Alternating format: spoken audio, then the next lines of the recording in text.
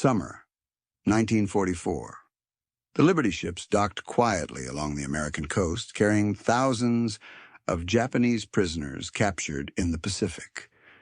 Weary, malnourished, and defeated, they braced for humiliation. They expected angry mobs, harsh guards, perhaps even violence. Instead, when they peered through train windows on their way inland, they saw something entirely different. Families waiting at crossings, children waving flags. At first, the prisoners avoided looking. They were ashamed. But as the train slowed, they could not help but notice the children standing by the tracks. Boys and girls, smiling, healthy, tall beyond belief. One diary captured the shock. The children. They looked like adults to us, tall, broad, with arms like young soldiers. I could not imagine they were only 12 or 13 years old. Back in Japan, wartime shortages had left many children stunted by hunger. Rice was rationed, protein scarce. Families struggled to feed their young. Thin frames and hollow cheeks had become normal. But in America, even in the middle of war, children appeared well-fed, rosy-cheeked and strong. Their height rivaled Japanese adults. For the prisoners, it was as if the enemy's children themselves were soldiers in waiting. On farms, the shock deepened. Prisoners working in fields alongside civilians often saw boys of 15 or 16 driving tractors, tossing hay bales or handling tools with ease. One Japanese officer, humbled, recorded, "A boy carried a sack heavier than I could lift." He grinned as if it were nothing. In Japan, such strength belonged only to men. The girls, too, surprised them. Tall, confident, often driving cars or wagons, they seemed stronger than many of the Japanese soldiers who now labored as prisoners. At first, the prisoners whispered among themselves, convinced these must be rare exceptions. But the more they saw, the clearer it became. This was normal in America. The realization carried weight far beyond the fences. If the children were this strong, how powerful must the next generation of American soldiers be? One prisoner summed it up bitterly in his notes. We were told America was weak, soft, decadent. But if their children looked like warriors, then what chance did Japan ever have? For the Japanese POWs, the first glimpse of American children was not a comfort. It was a revelation and a warning. And soon that shock would only grow deeper, as daily life in the camps revealed more about America's youth than they had ever imagined. Soon after arrival, many Japanese POWs were sent to work details on American farms. They expected to see old men or hired laborers directing them. Instead, it was often farm boys, barely in their teens, running the show. The prisoners watched in silence as boys of 15 or 16 swung heavy tools with practiced ease, lifting hay bales, carrying grain sacks, and driving tractors across wide fields.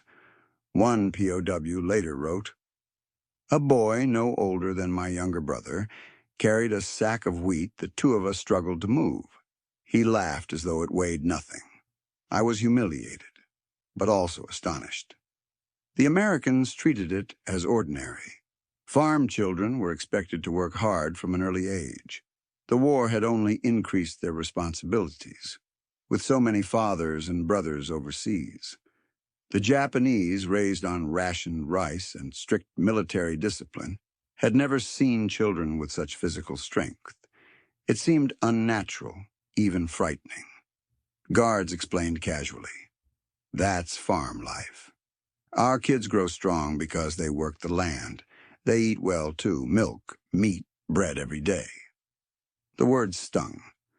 In Japan, even soldiers rarely saw such abundance. One diary captured the envy. "We ate millet and weeds at home. Here, even the children drink milk daily. Their bones grow tall and strong, while ours shrink from hunger." The prisoners noticed how quickly these boys moved, how confidently they handled machines. A 15-year-old might drive a tractor larger than any Japanese vehicle. Another might chop wood faster than two grown POWs combined. For men who had survived brutal training and war, it was a shocking reversal. They, the warriors of the empire, were being outworked by children. Some prisoners laughed bitterly, saying these boys looked like future giants. Others grew silent, shaken by what it meant for Japan's fate.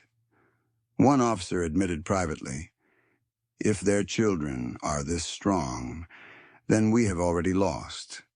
A nation whose boys work like men will never collapse." Day after day, the POWs watched American farm boys hauling, lifting, and commanding with ease. Each sight eroded another piece of the propaganda they had believed.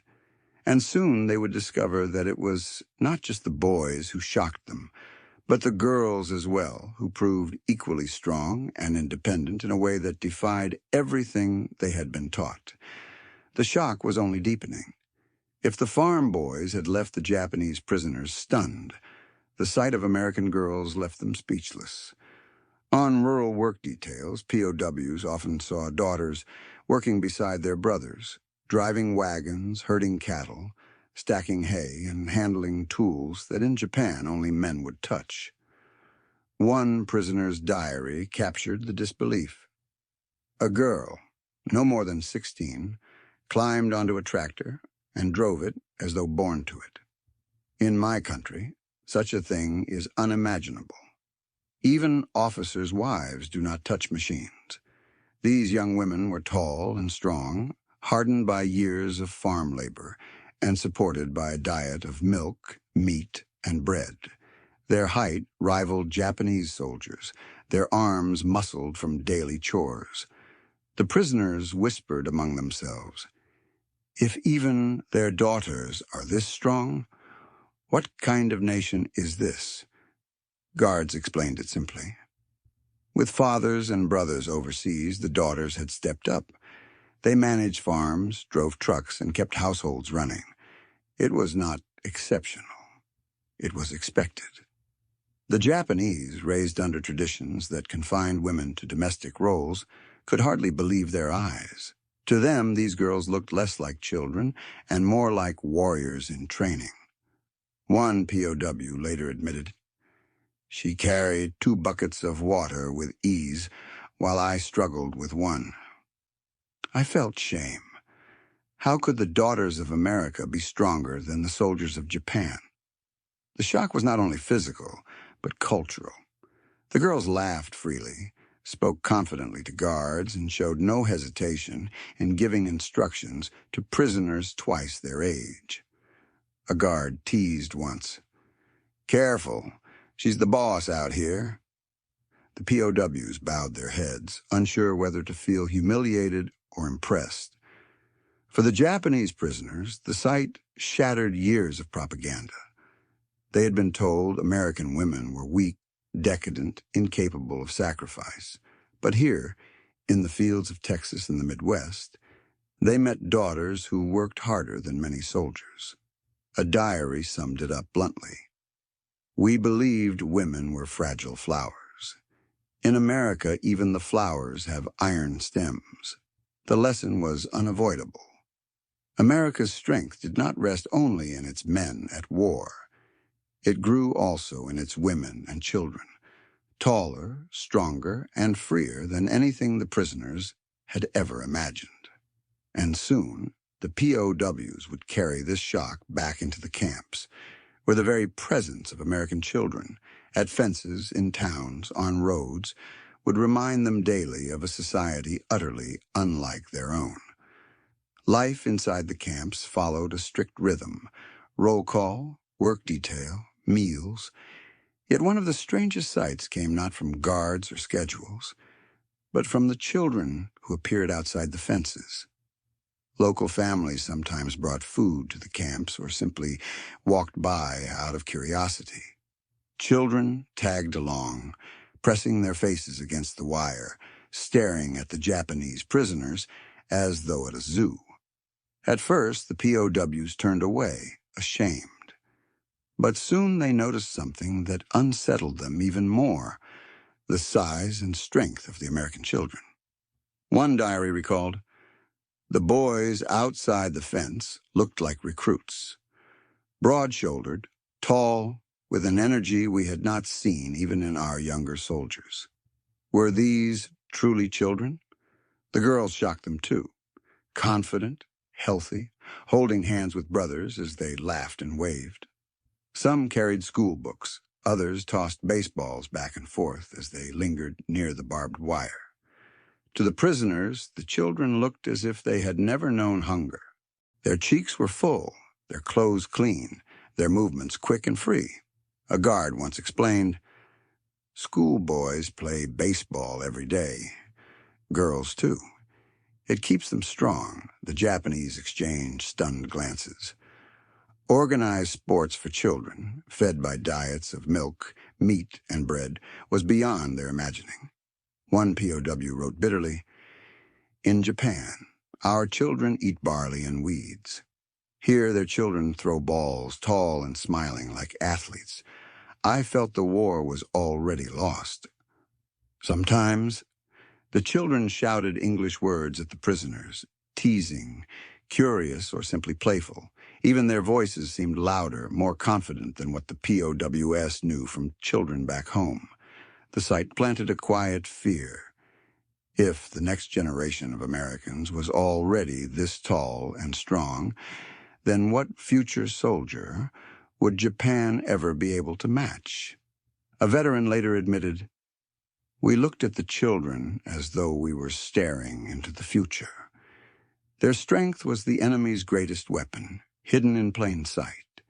The prisoners realized then that America's power was not only in its factories or its armies, it was in its families, its farms, its very children, fed, free, and growing taller by the day. The barbed wire separated them, but the lesson crossed the fence. The war was not only fought in battles, it was fought in the bodies of the next generation. And soon, that realization would deepen when POWs saw American schools, places where children were not only strong, but educated in ways Japan could scarcely match during wartime. One of the strangest experiences came when prisoners of war on work detail passed through small towns. From the trucks or trains, they could see American schools, and the sight of children there shook them as deeply as any battlefield. Playgrounds were alive with noise. Boys in uniforms tossed baseballs, girls ran track, others leapt in games of volleyball. To the prisoners, the movements looked less like play and more like military training. A diary captured the shock. The schoolyard was filled with giants. Boys of 15 were taller than me. Girls ran faster than soldiers I knew. Their laughter was louder than our commands on parade. The difference in size was undeniable. Wartime Japan had suffered food shortages since the late 1930s. Children grew up thin, their growth stunted. But here, even in wartime, America's youth seemed to thrive. A guard explained casually, "Every school has sports. Baseball, basketball, football. Kids practice every day." The Japanese stared, astonished that children could devote so much energy to physical training while their own homeland rationed every calorie. One POW later admitted, "I realized then that America's army did not begin at 18. It began in schoolyards, where every child became stronger year after year." The prisoners also noticed the buildings themselves, large brick schools with wide windows, chalkboards, and playgrounds filled with equipment. In Japan, classrooms had grown cold, supplies scarce, many destroyed by bombings. The sight was humiliating. America's children were not only taller and stronger, they were better educated, better supplied, and better prepared for the future. A veteran reflected, "In one glance at an American school, I understood why we could not win." Their children were already living in the future, while ours starved in the present. Some POWs tried to dismiss it, saying it was only propaganda. But day after day, passing schools and playgrounds, the reality became undeniable. The Americans' greatest weapon was not hidden in factories or warships. It was running in circles around a schoolyard, tall, healthy, and laughing. And for the prisoners, that sight carried more weight than any gun barrel. It revealed that America's strength was generational, growing taller, stronger, and smarter with every child. The realization gnawed at them. The enemy's children were stronger than their soldiers. What would the future hold if such youth grew into men and women of war? Soon that thought would follow them into the camps, where even small interactions with local children, farm visits, gifts through fences, would remind them of this unsettling truth. Inside the camps, life followed strict rules, but during farm details or walks through rural towns, Japanese POWs occasionally came face to face with American children. These encounters left lasting impressions. Children often gathered near fences out of curiosity. Some shouted playful English phrases at the prisoners. Others simply stared, wide-eyed, at men they had been told were the enemy. One POW's diary recorded, "A boy pressed an apple through the fence and smiled. His hand was larger than mine. I stared at the fruit, ashamed, unable to refuse." In the fields, farm children worked alongside the POWs. A girl carried buckets of water past them, moving faster than 3 prisoners combined. A boy tossed hay bales into wagons with effortless strength. The guards laughed, telling the prisoners not to feel embarrassed. "These kids have worked like this since they were 10, one explained. To the POWs, it felt like humiliation, disguised as kindness. A prisoner later admitted, "I thought myself a warrior of the emperor. Yet beside a farmer's son, I was weak. He was taller, stronger, and still only a child." Sometimes the children spoke German or Japanese words they had picked up, testing them on the prisoners with giggles. The POWs, shy at first, eventually answered back, astonished at the boldness of these youths. But what struck them most was the health in their faces, the brightness of their eyes, the smoothness of their skin, the easy smiles. These were not war children, hardened by hunger and fear. They were growing in peace and plenty. One guard reflected in his report, "The Japanese look at our children as though they are giants. I believe it frightens them more than our weapons, even small gifts. Apples, candy, a baseball tossed through the fence, carried a sting. For each gesture reminded the prisoners of what their own children back in Japan lacked." One POW wrote painfully, "I accepted a sweet from a girl who looked healthier than my own son. I nearly wept. I had thought the emperor protected our children, but America's children were the ones thriving." The encounters left the prisoners shaken. They had seen strength in American soldiers, yes, but to see it in children was something else entirely. And soon, their greatest shock would come not from casual encounters, but from watching American teenagers prepare to inherit their country's strength through sports, work, and endless food supplies. The future of America was staring them in the face, and it terrified them. By 1944, the Japanese POWs had grown used to seeing American children at fences, on farms, and in towns. But what unsettled them most were the teenagers, the boys and girls who already looked like the next generation of soldiers. One diary captured the shock. A boy of 16 stood as tall as our officers. His chest broad, his arms strong. I thought he was a soldier until the guard laughed and said, "That's just a schoolboy." At baseball fields, POWs watched teenagers hitting balls farther than grown men could run. On football grounds, they saw youths colliding with power that reminded them of battlefield charges. The girls astonished them, too.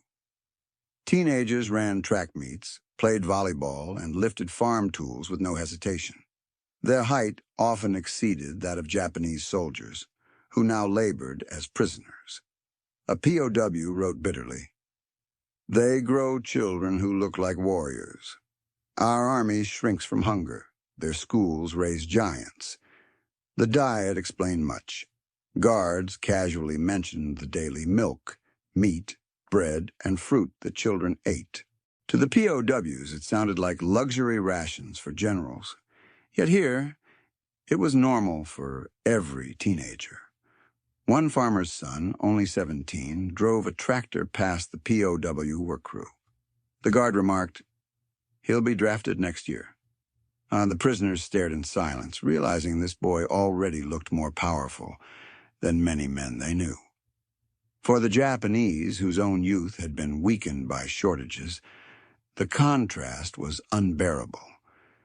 They began to whisper among themselves, if this was the enemy's next generation, how could Japan ever hope to prevail?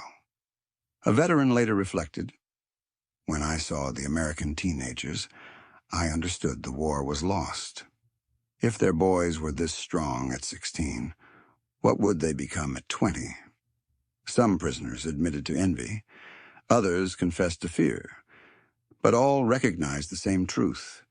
The true strength of America lay not only in its present army, but in the power growing in its schools and farms.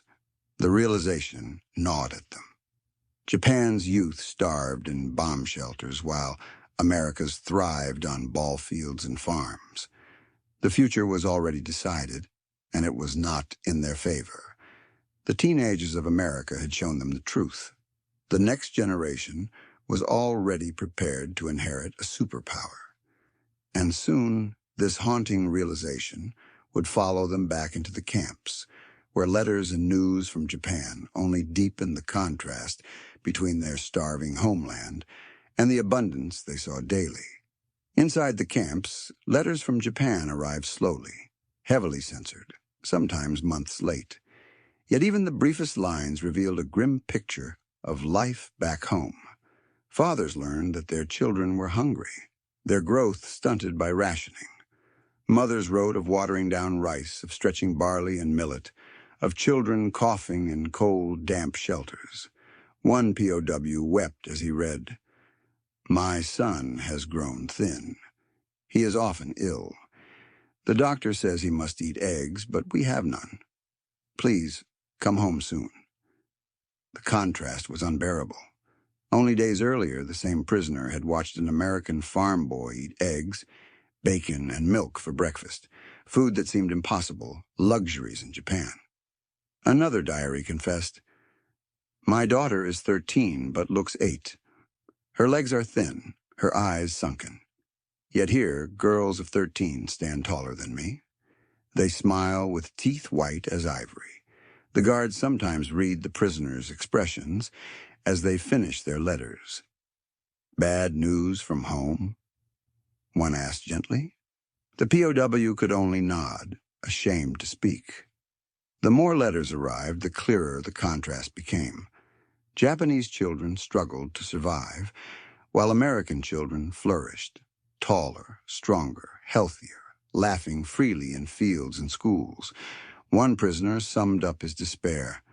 "We believed our emperor protected the children of the nation, but it is the enemy's children who thrive, while ours fade away."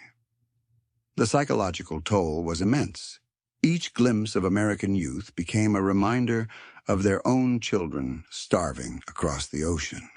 Every baseball game they saw, every strong boy in the fields, twisted like a knife. A guard's report noted, "The Japanese seem most troubled when they see our children. Their pride suffers more from that than from any defeat in battle." The prisoners realized America's strength was generational. It was not only the men at war, but the children at home, growing strong, well-fed, and prepared for the future. that guaranteed victory. One POW's final letter home before repatriation carried this haunting line. "I saw American children today. They are taller than our soldiers. Forgive me, my son, that I cannot give you the same." For the prisoners, the letters deepened the shock.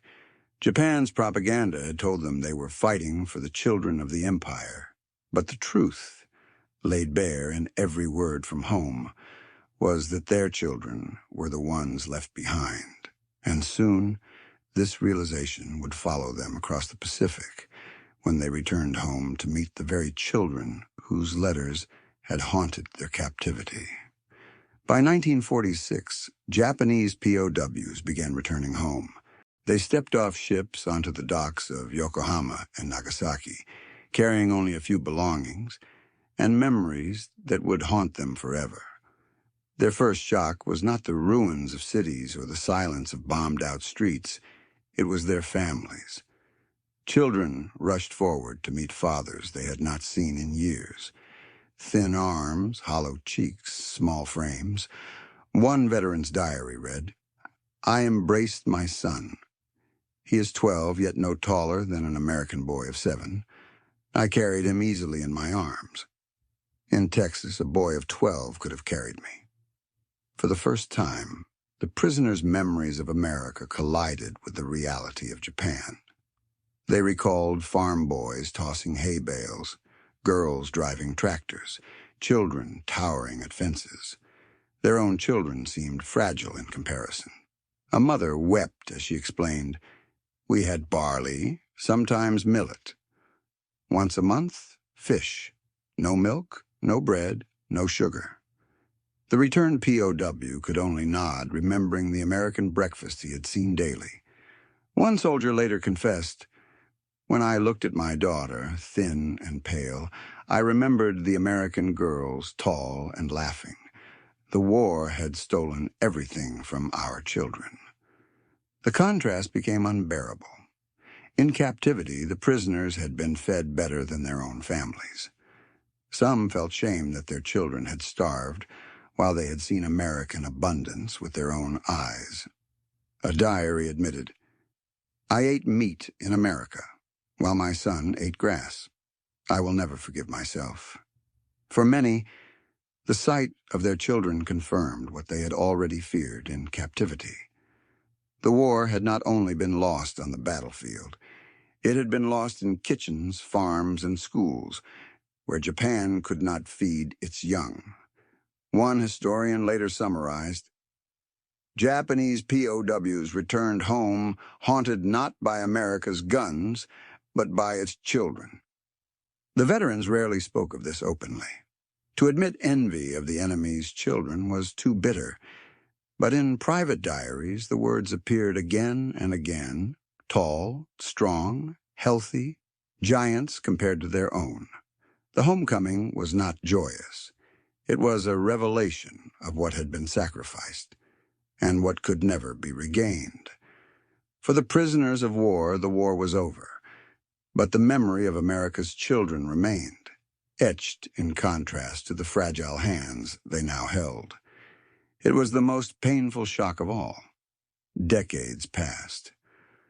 The war faded into history, but for the Japanese prisoners who had once lived behind American barbed wire, one memory refused to fade, the sight of America's children. They had expected soldiers, weapons, and factories to define their enemy's power. Instead, they discovered it in schoolyards, farm fields, and families. Tall boys, strong girls, children who looked more like warriors than their own recruits. One former POW recalled in an interview, "I do not remember the faces of my guards as clearly as I remember the faces of their children. Healthy, tall, confident. That was America's victory." Historians later noted that this shock shaped how many veterans viewed the post-war world.